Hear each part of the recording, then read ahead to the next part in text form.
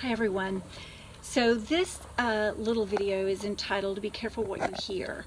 When we're in communication with people, there are three things that we can be listening to or listening for. We can listen to what was said, so we can be listening to the actual words that were spoken. We can listen to what we hear, which engages all the filters that we bring to the conversation, which can be our experiences, our wounds, our any number of things that trigger us that we may not be aware of. Or we can listen for what was actually meant. And what was meant is the underlying meaning and intention.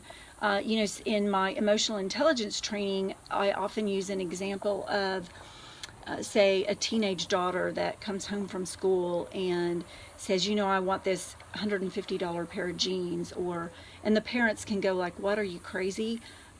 You're whatever and you want a $150 pair of jeans or a $200 pair of jeans. Well, what is she really saying? Because the truth of it is, it's not about the jeans, it's about belonging.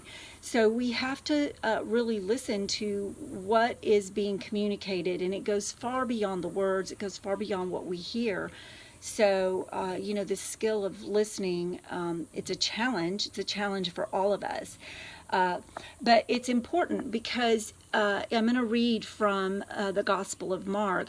Jesus has just shared this incredible parable about the sower of the seeds and the different kinds of seeds and how they're stolen from us. If they take root, or it's shallow roots and so they wither. So that whole parable. But then he goes on to say this in verse 22. He says, things are hidden temporarily only as a means to revelation. For there is nothing hidden except to be revealed, nor is anything temporarily kept secret except in order that it may be made known. If any man has ear to hear, let him be listening, and let him perceive and comprehend. And then he goes on to say this in Mark 4:24. And I'm reading from the Amplified Translation. And he said to them, be careful what you are hearing. The measure of thought and study you give to the truth you hear will be the measure of virtue and knowledge that comes back to you, and more besides will be given to you who hear.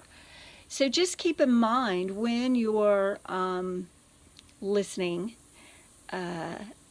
actively listening, that what we're listening for is more than just what is said or how things impact us, which we may be hearing from places of woundedness or meanings or definitions that we've given things, and not really grabbing hold of the intention behind the words that are spoken. So we may be communicating about all the wrong things. So I just want to encourage you with that, to really try to engage your ears to the heart of the matter. I remember a few years ago, the Lord said to me that we, especially in this day and age, have been so trained and programmed to listen with our eyes, that we have forgotten how to really listen with our ears, because we're so bombarded with technology and visuals. And we all know, we're all susceptible to it. We can make snap judgments, snap decisions with things that we see with our eyes, and we can tune people out unknowingly, and not necessarily even intentionally, but a mannerism or something triggers us, and we just tune them out, and we don't actually listen anymore to what they have to contribute and what they have to say that can bring value to our lives. So I just want to